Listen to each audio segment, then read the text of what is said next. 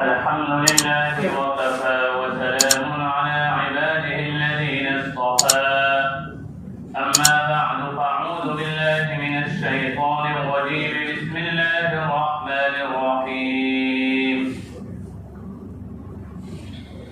إلا تنصروه فقد نصره الله إذ أخرجه الذين كفروا ثاني اثنين إذ هما في الغار إذ يقول لصاحبه لا تحزن إن الله معنا صدق الله العظيم وصدق رسوله النبي الكريم ونحن على ذلك لمن الشاهدين والشاكرين والحمد لله رب العالمين.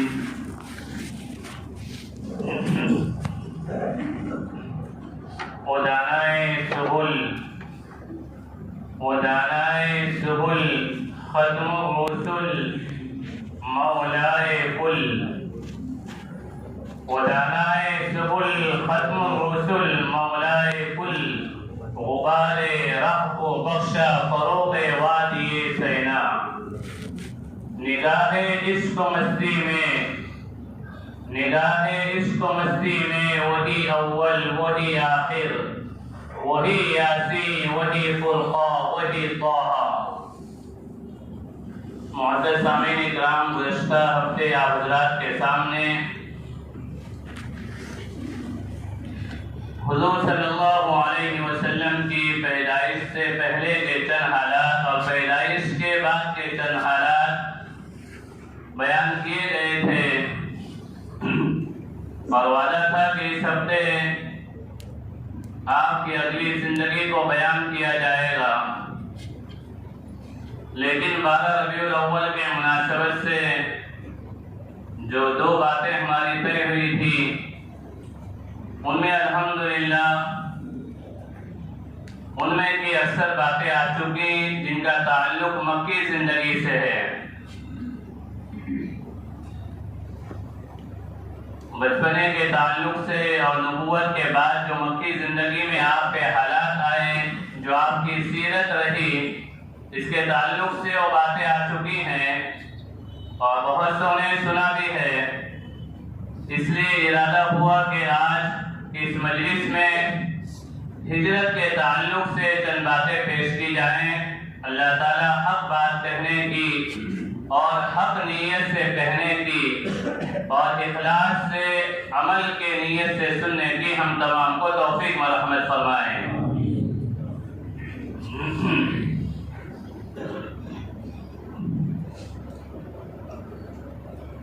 ہجرت کسے کہتے ہیں؟ ہجرت ایک مقدس عمل ہے کہ آدمی اپنے دین کو بچانے کے لیے، دین کی تبلیغ اور اشاعت کے لیے،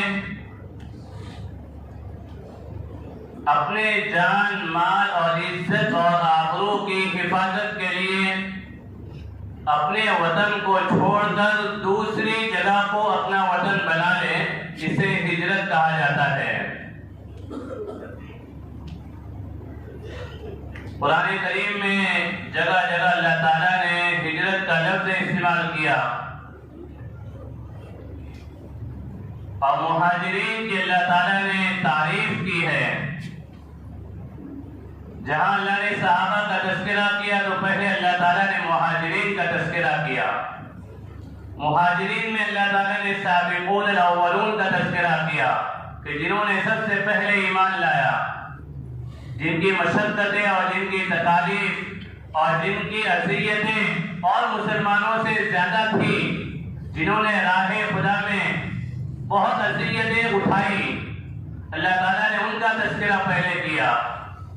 پھر مکی زندگی میں جن لوگوں نے بعد میں ایمان لایا ہجرت سے پہلے اللہ نے ان کا تذکرہ کیا. پھر اللہ تعالیٰ نے انصار کا تذکرہ کیا.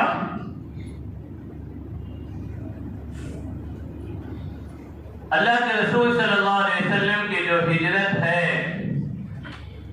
دیگر انبیاء کرام علیہ السلام نے تقریباً علماء نے لکھا ہے کہ تمام نبیوں نے ہجرت کی، اللہ تعالیٰ نے قرآن کریم میں موسیٰ علیہ السلام، لوط علیہ السلام، ابراہیم علیہ السلام کی ہجرت کا تفصیلی ذکر کیا ہے، لیکن ہمارے آقا کی ہجرت انوکھی ہجرت ہے۔ آپ کی ہجرت سے دین کو جو تقویت ملی اور دین جو پورے عالم میں پھیلا، یہ انوکھی ہجرت آپ کی رہی ہے۔ جب مسلمانوں پہ ظلم و ستم کی انتہا ہو چکی تو اللہ تعالیٰ نے اپنے نبی کو حکم دیا کہ اپنے ساتھیوں سے کہیں کہ وہ چپکے تنہا مدینے کے جانب ہجرت کریں۔ ابھی مدینے میں ایسی کون سی بات تھی کہ اللہ کے رسول نے کہا کہ ہجرت کیجیے؟ نبوت کے 11ویں سال مدینے کی ایک جماعت حج کے لیے آئی۔ اللہ کے رسول صلی اللہ علیہ وسلم نے انہیں دعوت اسلام پیش کی۔ عقبہ پہاڑی پر 6 لوگوں نے اسلام قبول کیا۔ یہ لوگ جب وہاں گئے، مدینہ گئے، تو دوسرے سال اور لوگ آئے اور 12 لوگوں نے اسلام قبول کیا۔ نبوت کے 13ویں سال 72 آدمیوں نے آ کے اسلام قبول کیا، اور پھر ان لوگوں نے اللہ کے رسول کے سامنے ایک درخواست رکھی کہ اب الحمدللہ ہم لوگوں نے اسلام قبول کر لیا ہے، ہم اور لوگوں کو دعوت دے رہے ہیں، ہمارے دعوت سے لوگ متاثر ہو چکے ہیں، آپ کسی قاری قرآن کو اور اسلام کے سمجھانے والے شخص کو ہمارے ساتھ بھیجیے۔ اللہ کے رسول صلی اللہ علیہ وسلم نے مصعب بن عمیر کو ساتھ کیا، مصعب بن عمیر کو ساتھ کیا، اور یہ مقری کے لقب سے مشہور ہوئے، پڑھانے والا۔ مقری کے معنی پڑھانے والا، یہ اسلام سمجھاتے، قرآن پڑھاتے، قرآن سناتے۔ اللہ کے رسول صلی اللہ علیہ وسلم نے ان لوگوں سے کن باتوں پر بیعت کی؟ اللہ کے رسول نے ان لوگوں سے کن باتوں پر بیعت کی؟ پہلی بات کہ ہم خدائے واحد کے ساتھ کسی کو شریک نہیں ٹھہرائیں گے اور ایک اللہ کی عبادت کریں گے۔ نمبر 2، ہم زنا اور چوری نہیں کریں گے۔ نمبر 3، ہم کسی پہ تہمت نہیں لگائیں گے۔ نمبر 4، ہم اپنی اولاد کو قتل نہیں کریں گے۔ نمبر 5، اور ہم ہمارے نبی کا ہر موقع پر، ہر موڑ پر، ہر حالات میں نبی کا ساتھ دیں گے۔ ان 5 باتوں پہ اللہ تعالیٰ کے رسول نے ان سے بیعت لی۔ اب جب مصعب بن عمیر وہاں تشریف لے گئے، آپ نے دعوت دی۔ اسعد بن زرارہ رضی اللہ تعالیٰ عنہ جو پہلے 6 خوش نصیبوں میں سے ایک شخص ہیں، یہ دونوں مل کے دعوت دیتے تھے، اور جب قرآن کریم پڑھنا ہوتا تو مصعب بن عمیر پڑھتے۔ مدینہ منورہ میں 2 قبیلے تھے انصار کے، اوس اور خزرج۔ یہ 2 قبیلے جو تھے، انہوں نے الحمدللہ ایمان قبول کرنا شروع کیا۔ سعد بن معاذ ایک قبیلے اوس کے سردار تھے، اور اسید بن حضیر یہ دوسرے قبیلے کے سردار تھے۔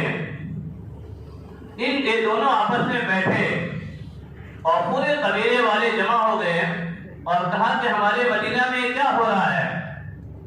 اس زمانے میں مدینے کو یثرب کہا جاتا تھا۔ مدینے کا نام کیا تھا؟ یثرب۔ کہ ہمارے یثرب میں کیا ہو رہا ہے؟ یہ ہمارے کمزوروں کو گمراہ کیا جاتا ہے، ہمارے نادانوں کو ایک نئے مذہب کی دعوت دی جاتی ہے۔ یہ دونوں اکٹھے جمع ہو گئے۔ سعد بن معاذ نے کہا کہ دیکھو، اسعد بن زرارہ میرا خالہ بھائی ہے، اس سے میرا جانا مناسب نہیں ہے۔ اسید بن حضیر سے کہا کہ تم جاؤ اور ہتھیار لے کر جاؤ اور ان کو ڈراؤ، دھمکاؤ۔ اسید بن حضیر گئے اور اسعد بن زرارہ سے کہا کہ کیا تم نے لگایا ہے؟ ہمارے بستی میں اختلاف و انتشار، آبائی دین کو چھوڑنا اور آبائی دین سے ہٹ جانا ہے، نئی چیز تم کیا لے کر آئے ہو؟ تو انہوں نے کہا کہ نہیں، میں کچھ نہیں کہتا ہوں، یہ میرے جو ساتھی ہیں مصعب بن عمیر جو مکے سے آئے ہیں یہ کچھ کہتے ہیں۔ انہوں نے اسلام کو سمجھایا اور قرآن کی تلاوت کی۔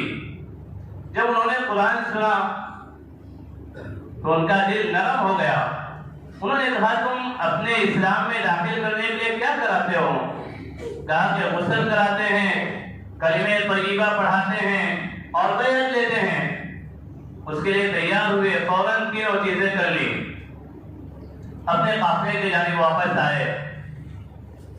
سعد بن معاذ نے کہا کیا ہوا اسید بن حضیر؟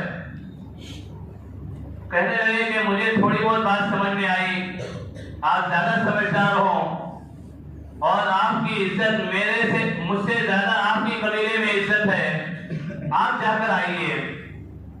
سعد بن معاذ نے اپنا نیزہ لیا اور نیزہ لے کر گئے اور وہاں پہ پہلے نیزے کو زمین پہ گاڑ دیا اور کہا کہ مجھے بتاؤ تم کس چیز کی دعوت دیتے ہو؟ مصعب بن عمیر نے اسلام کی تعلیمات کو پیش کیا، اسلام کے احکامات کو پیش کیا اور اس کے بعد قرآن کریم کی تلاوت کی تو سعد بن معاذ رونے لگے۔ انہوں نے وہی جملہ کہا جو اسید بن حضیر نے کہا تھا، کس طریقے سے اسلام میں داخل کرتے ہو؟ وہ اسلام میں داخل ہوئے، اپنے قبیلے میں آئے اور لوگوں میں اعلان کیا کہ لوگوں میں تم میں کیسا ہوں؟ لوگوں نے کہا کہ آپ ہم میں سب سے زیادہ اچھے انسان ہو، آپ بھلائی کا حکم دیتے ہو، ہر موقع پہ ہماری مدد کے لیے کھڑے ہو جاتے ہو۔ فرمایا کہ اللہ کی قسم، اس ذات کی قسم جس نے زمین و آسمان کو پیدا کیا، میرے لیے حرام ہے تم سے بات چیت کرنا، تمہارے مردوں سے، تمہارے عورتوں سے، جب تک کہ تم اسلام قبول نہ کر لو۔ سیرت نگاروں نے لکھا ہے کہ اس ایک دن میں صبح سے لے کے شام تک پورے قبیلے نے اسلام قبول کر لیا۔ قبیلے اوس کا نہ کوئی مرد اور نہ کوئی عورت بچی جس نے اسلام قبول نہ کیا ہو، تمام نے اسلام قبول کیا۔ صرف ایک شخص تھے، اسیلم، انہوں نے اسلام قبول نہیں کیا اور کہا کہ میں اس بات کو قبول نہیں کروں گا۔ پھر انہوں نے اسلام قبول کیا جنگ احد میں ساتھ میں گئے تھے، دیکھا معرکہ دیکھا، اب اللہ کو ہدایت دینی تھی، اللہ کے رسول کے پاس آئے، فرمایا کہ میرے دل میں ایمان آ رہا ہے۔ اللہ کے رسول نے کہا کہ کلمہ پڑھ لیجئے۔ انہوں نے کلمہ پڑھا اور پھر کہا کہ اب میں کیا کروں؟ اللہ کے رسول نے کہا کہ جس کام میں ہم لوگ شریک ہیں تم بھی اس میں شریک ہو جاؤ۔ وہ جنگ میں شریک ہوئے اور کلمہ پڑھتے ہی جنگ میں شریک ہوئے، کفار کے نرغے میں گھس گئے اور اپنی جان آفری کے، جان بخشنے والے کے سپرد کر دی۔ اللہ کے رسول ابو ہریرہ رضی اللہ تعالیٰ عنہ صحابہ سے پوچھا کرتے تھے، بتاؤ کون سا شخص ہے جس نے نہ ایک نماز پڑھی، نہ ایک روزہ رکھا، نہ ایک دفعہ زکات دی، نہ ایک دفعہ صدقہ کیا اور سیدھے ہی جنت میں داخل ہو گیا؟ لوگ خاموش ہو جاتے، کہتے کہ وہ اسیلم قبیلے اوس کا شخص ہے جس نے جنگ احد میں اللہ کے رسول کے پاس جا کے ایمان قبول کیا۔ اللہ کے رسول کو جب اطلاع ہوئی تو فرمایا کہ اس نے بہت نفع بخش سودا کیا۔ تو اسیلم جو ہے جنگ احد میں انہوں نے اسلام قبول کیا۔ تو میں یہ بات کر رہا تھا کہ شام ہونے تک قبیلے اوس کے تمام لوگوں نے کیا کر لیا؟ اسلام قبول کر لیا۔ اللہ کے رسول صلی اللہ علیہ وسلم کو یہاں سے اطلاع دی جا رہی تھی، آپ صحابہ کرام کو آپ نے مدینہ کے جانب جانے کا حکم دیا، کس وجہ سے مدینہ کے جانب ہجرت کا حکم دیا گیا؟ صحابہ کرام فردن نکلتے، ایک دو ساتھی چپکے نکلتے۔ صہیب رومی نکلے، مکے والوں نے انہیں گھیر لیا، وہ ایک پہاڑی پہ چڑھ گئے، اور پہاڑی پہ چڑھنے کے بعد تیر کمان کو نکالا اور کہا کہ مکے والوں تمہیں معلوم ہے کہ میں بہترین تیر انداز ہوں اور میرا نشانہ کبھی خطا نہیں کرتا. جتنے تیر میرے پاس ہیں ان تمام تیر میں ایک تیر میں ایک انسان تمہارا ختم ہوگا اور اگر وہ میرے تیر ختم ہو جائیں گے پھر بھی تم باقی رہو گے تو میرے پاس جو یہ تلوار ہے اس سے میں تمہارا مقابلہ کروں گا یہاں تک کہ تمہارا فیصلہ ہو جائے یا میرا فیصلہ ہو جائے. تو ایک شخص نے کہا کہ لات و عزا کی قسم ہم تجھے جانے نہیں دیں گے. ابھی تو مدینہ آیا تھا, ابھی تو مکہ آیا تھا اور تو نے اتنے سارے پیسے کما لیا. تو کہا کہ پیسے چاہیے, بولے ہاں پیسے چاہیے ہمیں. کہا جاؤ میرے گھر میں اور فلاں فلاں جگہ ہے وہاں پہ خزانہ میں نے دفن کیا ہے, اس خزانے کو لے لو. وہ لوگ چلے گئے. اللہ کے رسول صلی اللہ علیہ وسلم کو پتا چلا. اللہ کے رسول نے کہا کہ تم نے بڑے نفع کا سودا کیا, دنیا کو لے کر آخرت بنا لی, بڑے نفع کا سودا کیا. عمر فاروق رضی اللہ تعالیٰ عنہ ہجرت کے لیے نکلے تو آپ بیت اللہ گئے, تلوار سوتی اور تیر کمان لیا اور 2 رکعت جا کے ادا کی. وہاں پہ اعلان کیا کہ میں ہجرت کرنے جا رہا ہوں, مدینہ جا رہا ہوں. جسے اپنے بچوں کو یتیم کرنا ہو, اپنی بیوی کو باندھ کرنا ہو, میرے مقابلے میں آ جائے. لیکن کسی کی ہمت ان کے مقابلے میں نہیں ہوئی. ان کے ساتھ 10 لوگ اور ہو گئے, ان کے ساتھ اور 10 لوگ ہو گئے اور یہ پورا قافلہ مدینہ کی جانب ہجرت کیا.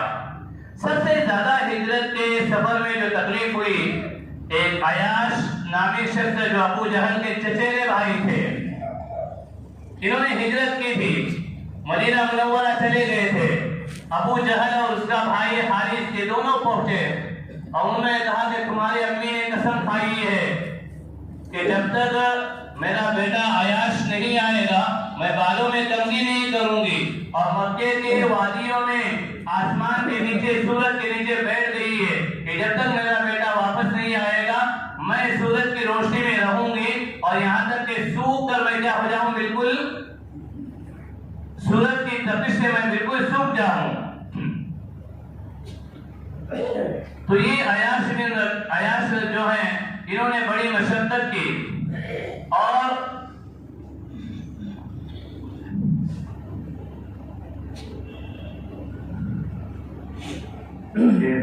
پہلے چھٹی دے دی جائے یا بعد میں دی جائے, پوری بات منتشر ہو جاتی ہے.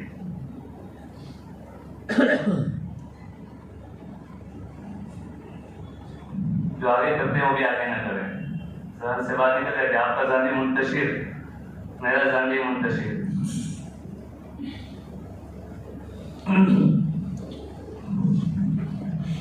ہاں تو ہماری بات یہ چل رہی تھی, اللہم صلی علی محمد النبی الامی وعلی آلہ وسلم تسلیما, کہ سفر ہجرت میں سب سے زیادہ تکلیف 2 صحابہ کو دی گئی. ایک عیاش, تو جب یہ ابو جہل اور حارث گئے تو عمر فاروق نے کہا کہ دیکھو تم واپس نہ جاؤ, تمہاری ماں کو جب شدت کی گرمی محسوس ہوگی تو خود پانی پیے گی اور جب سر میں جوئیں بہت زیادہ ہو جائیں گے تو خود بخود کنگھی کرے گی. لیکن وہ رقیق القلب تھے, نرم دل والے تھے, رونے لگے.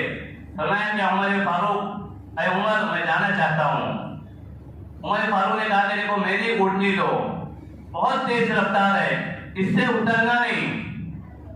تو یہ تینوں روانہ ہوئے. درمیانے راستہ میں ابو جہل نے کہا کہ عیاش تمہارے پاس بڑی اونٹنی, مضبوط اونٹنی ہے اور ہم تھک گئے, ہماری اونٹنی بھی تھک گئی ہے, کیا اپنے پیچھے مجھے سوار کر لو گے, ذرا اپنی اونٹنی تو بٹھاؤ. یہ بڑے رقیق القلب اور نرم دل انسان تھے, انہوں نے اونٹنی کو بٹھا دیا. ابو جہل وہ دونوں آئے اور ان کو انہوں نے پکڑ لیا اور پکڑنے کا مشقے باندھ دیے, ان کو باندھ دیا اچھے طریقے سے اور مکہ المکرمہ میں لے جا کے انہیں بہت زیادہ اذیتیں دینے لگے, بہت زیادہ تکالیف دینے لگے. تو یہ بڑے صحابی جو عیاش ہیں انہیں بڑی اذیتیں اور تکالیف دی گئی ہیں. دوسرے ابو سلمہ رضی اللہ تعالی عنہ جن کی بیوی ام سلمہ, یہ دونوں جب ہجرت کے, جنہوں نے جو ان کے انتقال کے بعد اللہ کے رسول صلی اللہ علیہ وسلم کے نکاح میں آئی, انہوں نے جب ہجرت کا ارادہ کیا تو میاں بیوی اور بچے کو ساتھ میں لیا. اب بچہ گود میں تھا. تینوں نکلے. ابو سلمہ کے خاندان والے آ گئے, ام سلمہ کے خاندان والے آ گئے اور ان کو پکڑ لیا اور کہا کہ ابو سلمہ کو جانا ہے, چلے جائیں, ہم ہماری بیٹی کو یہاں سے نہیں بھیجیں گے. پھر ابو سلمہ کے خاندان والے آ گئے, انہوں نے لڑکے کو لے لیا اور کہا کہ ہم ہمارے خاندان کے بچے کو نہیں بھیجیں گے, ابو سلمہ کو جانا ہے, چلے جائے. ابو سلمہ رضی اللہ تعالیٰ عنہ نے بڑا صبر کیا اور بڑی ہمت کی اور بیوی اور بچوں کو چھوڑ کے مدینہ کے جانب ہجرت کی. کوئی آسان بات نہیں ہے.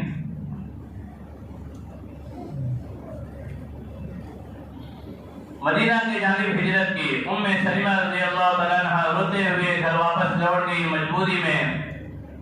بیٹا جدا ہے, شوہر جدا ہے, خود بھی تنہا ہے. روزانہ وہاں سے اپنے قبیلے سے نکلتی اور اس کھانے پہ جہاں پہ جدائی ہوئی تھی آ کے شام تک روتے رہتی, لیکن ان کی حالت پہ کسی کو ترس نہیں آیا. پھر اللہ کا نظام چلا اور ان دونوں کو لوگوں نے کہا کب تک یہ بیچاری روتے رہے گی اور بچہ کب تک بلکتا رہے گا. دونوں خاندان والے جمع ہوئے اور ایک آدمی کے ہمراہ ان دونوں کو کیا کر دیا, مدینہ منورہ پہنچا دیا. یہ ام سلمہ اور ابو سلمہ جو ہیں, ان دونوں کی محبت مکہ المکرمہ میں مشہور تھی کہ میاں بیوی ہو تو ایسے ہوں, ایسی محبت ان کی مشہور تھی. جب ان کا انتقال ہوا ابو سلمہ کا رضی اللہ عنہ, تو ام سلمہ کے پاس اللہ کے رسول نے پیغام بھیجوایا اور کہا کہ صبر کرو, فلتصبر ولتحتسب, صبر کرو, اللہ سے ثواب کی امید رکھو اور یہ دعا پڑھو, انا للہ و انا الیہ راجعون, اللہم جرنی فی مصیبتی, یا اللہم اجرنی فی مصیبتی واخلف لی خیرا منہا, اللہ مجھے میرے مصیبت پہ بدلہ دیجیے اور اس سے بہتر آپ مجھے عطا کیجیے. تو ام سلمہ نے کہا, پیغام بھیجوایا کہ ابو سلمہ سے بہتر تو دنیا میں کوئی ہے ہی نہیں, آپ نے دعا کے لیے کہا ہے تو میں نے دعا پڑھ لی. بس اللہ کا نظام چلا, اللہ تعالیٰ نے وہی نازل کی کہ نبی آپ ان سے نکاح کیجیے, نکاح کی تفصیل ہے. تو میں یہ بات عرض کر رہا تھا کہ ہجرت کا جو مقدس سفر ہوا, اب اللہ کے رسول کے اکثر صحابہ مدینہ منورہ پہنچ گئے. اب مکہ المکرمہ میں اللہ کے رسول اور کچھ صحابہ باقی تھے. ابوبکر صدیق رضی اللہ تعالیٰ عنہ کو معلوم ہوا کہ اللہ کے رسول کو بھی ہجرت کی اجازت ملنے والی ہے, تو 4 مہینے سے 2 مضبوط اونٹنیاں آپ نے پالنا پوسنا شروع کیا. اللہ کے رسول نے کہا کہ ہم دونوں ساتھ میں سفر کریں گے. مشرکین مکہ کو معلوم ہوا کہ آہستہ آہستہ مکے سے لوگ نکل رہے ہیں اور وہاں جا کے چین سکون سے ایک اللہ کی عبادت کریں گے. مدینے میں کیا کریں گے, چین سکون سے ایک اللہ کی عبادت کریں گے, تو ہم ان کو چین کی سانس لینے دیں گے نہیں, اور ان کا جو نبی ابھی ہمارے پاس ہے ہم اس کا کام تمام کر دیتے ہیں. حالانکہ اپنا گھر چھوڑ کے جا رہے ہیں, اپنا ہمیشہ کا وطن جہاں پیدا ہوئے اسے چھوڑ کے جا رہے ہیں, اپنی پراپرٹیاں اور جائیداد چھوڑ کے جا رہے ہیں, پھر بھی انہیں صبر نہیں آیا. اللہ کے رسول کے بارے میں انہوں نے میٹنگ بلائی. وَإِذْ يَمْكُرُ بِكَ الَّذِينَ كَفَرُوا لِيُثْبِتُوكَ أَوْ يَقْتُلُوكَ أَوْ يُخْرِجُوكَ وَيَمْكُرُونَ وَيَمْكُرُ اللَّهُ وَاللَّهُ خَيْرُ الْمَاكِرِينَ. سورہ انفال. اور وہ لوگ جب آپ کے بارے میں تدبیر کر رہے تھے, مکر کر رہے تھے, اسکیمیں بنا رہے تھے, لیُثْبِتُوكَ کہ نبی کو کیا کر دیا جائے, قید خانے میں ڈال دیا جائے, لیقتلوا یا نبی کو قتل کر دیا جائے. کسی کی رائے یہ تھی, او یخرجوا یا کسی کی رائے تھی ان کو کیا کر دیا جائے, مدینہ مکہ المکرمہ سے باہر نکال دیا جائے. جیسے کہ ہجرت میں جانے کا سلسلہ شروع ہوا ہے, ہم ان کو فوراً نکال دیں تاکہ جو محفوظ ہیں محفوظ رہیں. اس میٹنگ میں ایک شخص آیا, اس میٹنگ میں ایک بوڑھا شخص آیا تو مکے والوں نے پوچھا کہ آپ کون ہو؟ تو میں نجد کا ایک بوڑھا انسان ہوں، آپ کی کیا رائے ہے؟ بولے تینوں رائے تمہاری بیکار ہیں، تمہاری تینوں رائے کا کوئی مضبوط رائے نہیں ہے، ضلع وطن کروں گے، یہاں سے نکالوں گے، ان کی زبان میں کیسی جادو ہے کہ وہ سب کے سب ایمان لے آئیں گے، تم پہ حملہ کریں گے، انہیں قید کروں گے زمین کے اندر تو ان کے ساتھی ایسے کہ زمین کے اندر سے انہیں نکال کے اپنے ساتھ لے جائیں گے۔ تیسری البتہ جو رائے یہاں پہ آئی ہے وہ تھوڑی صحیح معلوم ہوتی ہے، لیکن میری رائے یہ ہے کہ ہر قبیلے کا ایک نوجوان، ہر قبیلے کا ایک نوجوان کھڑا ہو جائے اور جب وہ گھر سے نکلیں رات میں ان کے گھر کا احاطہ کر لیا جائے اور جب وہ گھر سے نکلیں تو فوراً نکلتے ہی سب کے سب ایک ساتھ تلوار ماریں تاکہ عبد مناف اور بنو ہاشم بدلہ لینے کی طاقت نہ رکھ سکیں۔ یہ شیخ نجد کون تھا؟ شیطان لعین جو انسانوں کی شکل میں آیا تھا۔ وسوسے تو ڈالتا ہی یہ شیطان، کبھی کبھار جو اس کے خاص چہرے چپاٹے ہوتے ہیں ان کے پاس جا کے آواز کے ساتھ انسانی شکل میں مشورے بھی دیتا ہے۔ اس زمانے میں رسول اللہ صلی اللہ علیہ وسلم اس کے سب سے بڑے دشمن تھے، تو آپ کے لیے خود اس مجلس میں گیا اور انسانی شکل میں گیا۔ اللہ کے رسول صلی اللہ علیہ وسلم کو اطلاع مل گئی، وحی نازل ہو گئی کہ رات میں لوگ کھیلنے والے ہیں۔ اللہ کے رسول نے علی مرتضیٰ کو حکم دیا کہ میرے بستر پہ چادر تان کے سو جانا تاکہ انہیں اطمینان رہے کہ اندر کوئی سو رہا ہے، صبح جب ہوگی تو ہم کیا کریں گے، ان کا کام تمام کر دیں گے۔ علی مرتضیٰ سوئے، ابوبکر صدیق سے کہا کہ میں تمہارے یہاں آ رہا ہوں، ہمیں نکلنا ہے۔ دو اٹھنی جو تیار کی گئی تھی وہ دونوں اٹھنیاں تیار رکھی گئی اور اللہ کے رسول صلی اللہ علیہ وسلم یہاں سے نکل گئے۔ عبداللہ بن اریقط جو راستہ بتانے میں ماہر تھے، راستہ جاننے میں ماہر تھے، ان کو ساتھ لیا